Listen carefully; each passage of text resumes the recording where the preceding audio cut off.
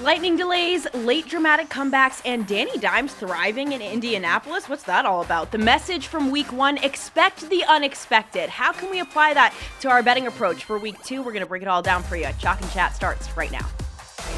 From Las Vegas, this is Chalk and Chat. Sponsored by Superbook and Westgate Las Vegas. Welcome into Chalk and Chat. I'm Mariah Janos, here to get you set for week 2 of the pro football season. But before we get into it, let me introduce my entourage. That's right, the man who has leveled up his wardrobe this season, much like Green Bay leveled up their pass rush. It is Teddy Covers. And the guy that may be ejected from this studio before even uttering one word. No, it's not Jalen Carter, but close. It's Fat Jack. I'm buttoned up today, no problem. I know, seriously. You're playing it a little more conservative today. Keep them guessing. Yeah. You don't want to show it all right. We're on our toes every week, but coming up on today's show, we're getting into the abnormalities of week 1. Can we expect a high volume of unders to hit every week? Teddy's going to give us that answer. Plus, the Superbook tells us which Sunday games saved them from what could have been an extremely rough opening weekend. And sound the alarms, Teddy and Jack are fighting again, the prop battle that leaves the house divided every single time. But first, Teddy, you want to take your call? He's 100. I mean, absolutely 100. Between the two of you and your loud ringers, I can't. But let's just go over what we witnessed in week 1. The bad beats came right out of the gate. 2025 season opener, Dallas, Philly. Teddy, let's talk about it. Oh, goodness. Yeah. And, of course, Jack, you tweeted about how the right side on Thursday night was the over between Philly and Dallas. And the team scored. I had the over in that game. They scored in the first 8 possessions, both back, forth. They red zone fumbled on the 9th drive when a field goal would have cashed the over. And then there was a lightning delay. And then there were no points at all the last 23 and a half minutes. Lightning delays can be a fickle mistress. I mean, I had Dallas in that one, so I was okay, but that was spoken like a guy with the over because it was a bad beat for sure. It just shows that you don't need lightning delays in the middle of games. I mean, they kill offense almost immediately, and you get those this time of year. So, tough start, but not the only one. There were more this weekend. Oh, yeah. Denver minus 8.5. Denver's up 8. And they say, we don't want the field goal on 4th and 8. Let's go for it late in the game. Well, what happened? Incomplete pass. That meant no cover for Denver. They didn't deserve to cover. Teams with 4 or more turnovers last year, just 3 and 15 straight up. Wow. Yeah, and, that was one of those, it's coaching decision. You could see it either way. I understand not kicking the field. You give good field position the other way. But most of the time in pro football, you're going to get a field goal attempt there. So, yeah, that was a bad one. Yeah, it wasn't any fun if you had Denver minus the 8.5. Baltimore minus 1 on Sunday night versus Buffalo. Yeah. Now we're getting into the bad ones. Shoot. Yeah. This became the Baltimore was the first team in league history, the history of the league, to lose while scoring 40 or more points and rushing for 235 yards or more. Ever. First 41-40 final score in the league as Origami. well. Crazy. That one and Monday night both, you started looking at like this is a horse race. Like you didn't want to, you needed a closer to come at the end, but normally you're going to get them to hold on those spots because they don't make enough mistakes. But you had that and you had the Monday night where you either lost the entire game and then won or were winning the entire game and then had to take an L. So not an easy way to finish week 1. No. Baltimore scored on 7 of their first 8 possessions, then 3 and out, fumble, 3 and out on their final 3 possessions. We had shockers too. Yeah. Cleveland. Well, they lost by 1 because of the rookie kicker, the missed extra point, and the missed 36-yard field goal. Kickers. What are you going to do with them? Rough They're just week for Cleveland. kickers. You say Cleveland and you move on to the next one, right? Yeah. Cincy, by the way, became the first team in the last 30 years to win straight up with a grand total of 7 yards or less in the second half. Interesting to see how these teams going into week 2, whether it be an overreaction from a betting standpoint, or is this the new version of these teams we're going to get? Well, I was going to say the unders 12-4 this week. Is that a trend you think we can expect to continue this early in the season? Yeah, weeks 1 to 3, it's underdogs and unders. I mean, you're almost always you start your path to your selections. You want to start with things that'll get you on the right path. Percentage-wise, underdogs and unders are going to get you going the right way. And it's worth noting that 3 of the 4 overs came in the national TV game, Friday, Sunday night, and then Monday night. On regular Sunday games during the day, 11-1 to the under. And that's something that could happen again. It's like these players know. Prime time. Nobody knows. So Always easier to say. That's what we talked with Jay last week about how it looks like the lines are so tight. I mean, afterwards, some of them looked tight, some of them weren't. I mean, if you like the 41-40 game, total missed on that one by a lot. We won't pay attention to that. We'll pay attention to the ones that end up right on the number. All right, we are just getting started here on Chalk and Chat. Coming up, 'tis the season for overreacting. Should Miami just forfeit the rest of the season? Is it already time for Jackson Dart to take over the concrete jungle? We're discussing all of it next. You're watching Chalk and Chat, sponsored by Superbook in Westgate, Las Vegas. 1 week down in the pro football season, and we are just getting started. And I have here with me a man who knows a bit about sports betting, I'd say. He's the vice president of Race and Sports here at the Superbook at the Westgate, Mr. John Murray. All right, before we get into week 2, let's go back to week 1. How did you guys do overall here at the book? It was okay. We did very well in the morning. Now, the afternoon games did not go our way. We lost all of the afternoon games, but we were able to bounce back on the Sunday night game. Buffalo, I don't know how they won, but they did. They beat Baltimore. Very good for us. Yeah, Josh Allen and Haley Steinfeld, I have to give her credit too. I want to give it all to Josh, but I think the wife has some power in this situation. We were talking about that a lot at the book on Sunday. No doubt about that. Yeah, absolutely. Now, week 2, this is the week that a lot of people talk about overreactions. I'd love to get just your thoughts on, lines kind of over adjusting in those early weeks of the pro football season. You want to be careful overreacting too much to one game. Sometimes a team looks so good because maybe their opponent is very bad. I think we'll find out a lot this week about a team like Indianapolis. Are they that much better, or is Miami quit on the coaching staff? I don't know. We're going to find out a little bit more about that this week. I think New England is a team, maybe they can bounce back after a disappointing loss in week 1. All right, now, and heading into week 2, any interesting matchups you've got your eye on?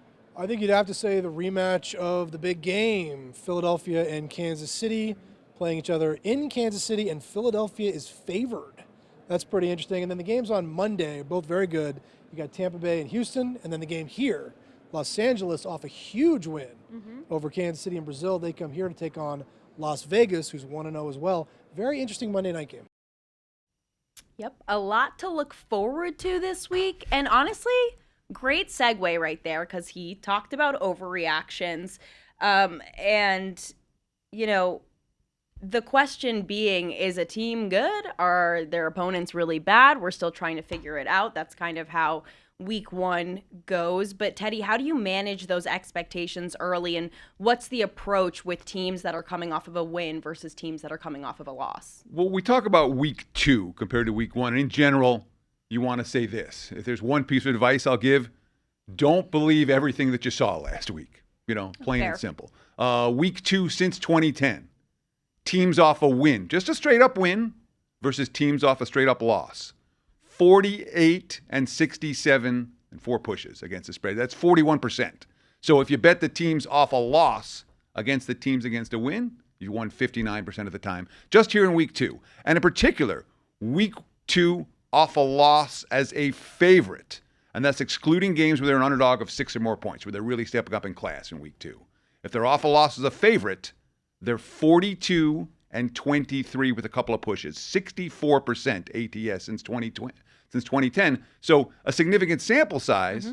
And when you talk about 64% over the last 15 years, in my mind, that's worth something. So I like teams off a loss as a favorite last week. All right, and Jack, what are you seeing as some overreaction spots? It's important to note that you're getting the same information from the Westgate, from guys that do this for a living. Yeah. If you're a guy walking up playing the better team minus big numbers this week, you are literally asking to lose. I mean, those are generally speaking not going to win. We will differ on certain things throughout the year. This is not one of them. Don't overreact to what you saw last week until you at least know a little bit more. And there are a couple of them that we're going to try to take advantage of.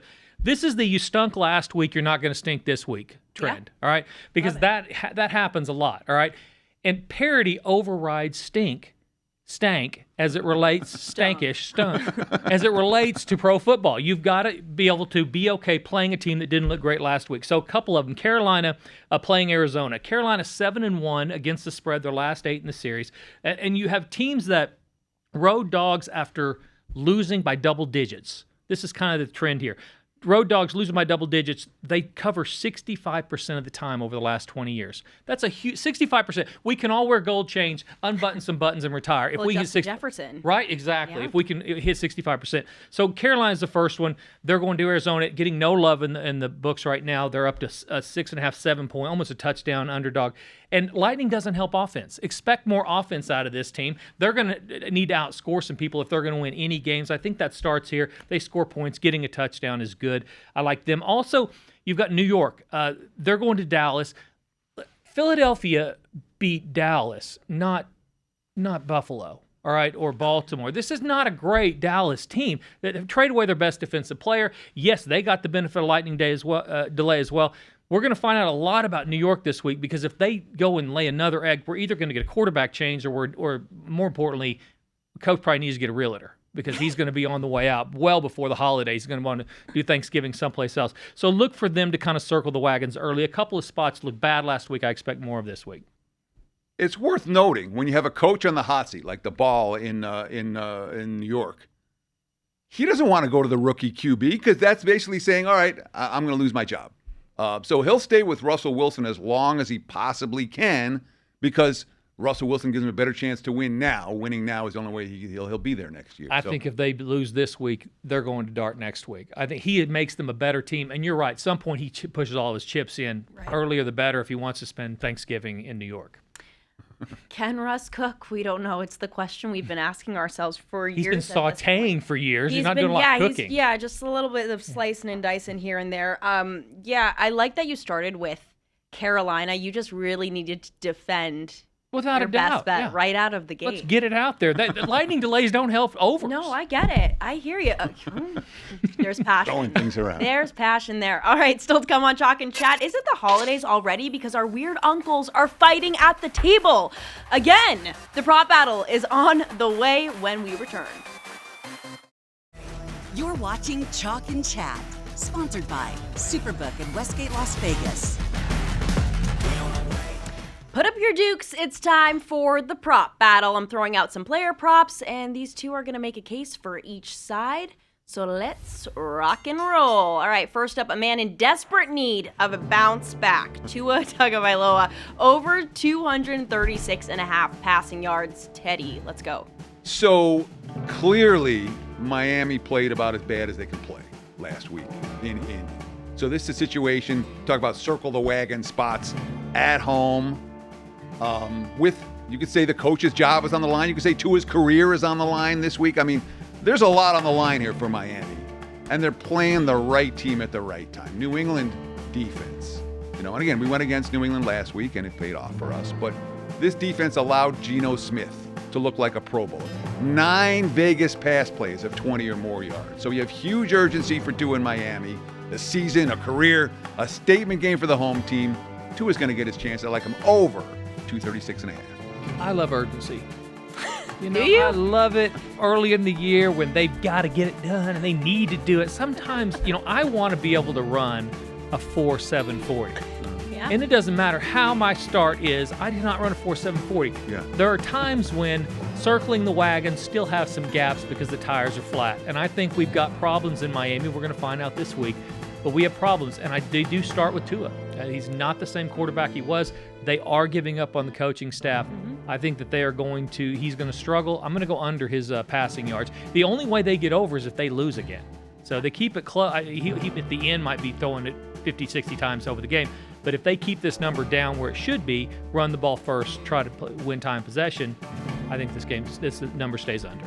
Teddy's shaking his head, and it's like, mind you, Tua finished last week with a QBR of 2.7. Not his best. No place to go but up, right? Really incredible, yeah. Moving on to the next one, a guy that has been hungry all offseason, hungry heading into the start of the season, but only 1 target and 1 reception in that season opener. A.J. Brown, 65.5 receiving yards. Teddy, over, under? We're going under on A.J. Brown. It's simple. You talked about it. 1 reception in the opener versus Dallas on 1 target. Mm-hmm. And the Nick Sirianni quote after the game, quote, A.J. Brown and Devonta Smith are selfless, which means we don't have to feed these guys, and we're not going to feed these guys. What happened when these two teams played in the big game last February? A.J. Brown, 3 for 43 in that ballgame. 3 catches, 43 yards on only 5 targets. I don't see him as the centerpiece of Philly's game plan. I think KC shuts him down again. A.J. Brown under receiving yards. Yeah, if Philly is going to go where they want to go, A.J. Brown needs to play for the team. And last week, I'm not even sure we knew he was on the team.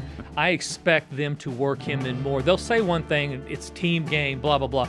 But the reality is, like me, when I go lay in the fetal position, start screaming, yelling because I don't get my way, that's what's going on with A.J. Brown. He needs more touches. He needs more targets. And I think they will get him that because they understand as much about this game, it's long-term success. They've got to have him being a part of the offense. So let's go over with A.J. Brown. Okay, we'll see what happens. We'll see if he gets out of that fetal position. And finally, Travis Etienne over 57.5 rushing yards or under. Teddy, which side do you like here? Yeah, for sports bettors, being in the fetal position, that's the wrong position.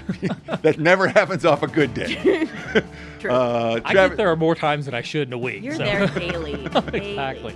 Travis Etienne for Jacksonville. We like him over his rushing yards, 57.5. Why? Well, let's see. They just traded the backup running back, Pittsburgh, Bigsby, I should say, to Philadelphia. Backup running back Bigsby, not Pittsburgh. That's his name, is Bigsby to Philly. He went 16 of 43 in the opener against Carolina. He's their feature back. And oh, by the way, that Cincinnati defense could not get off the field against Cleveland last week. Gave up 22 first downs and 36 minutes possession.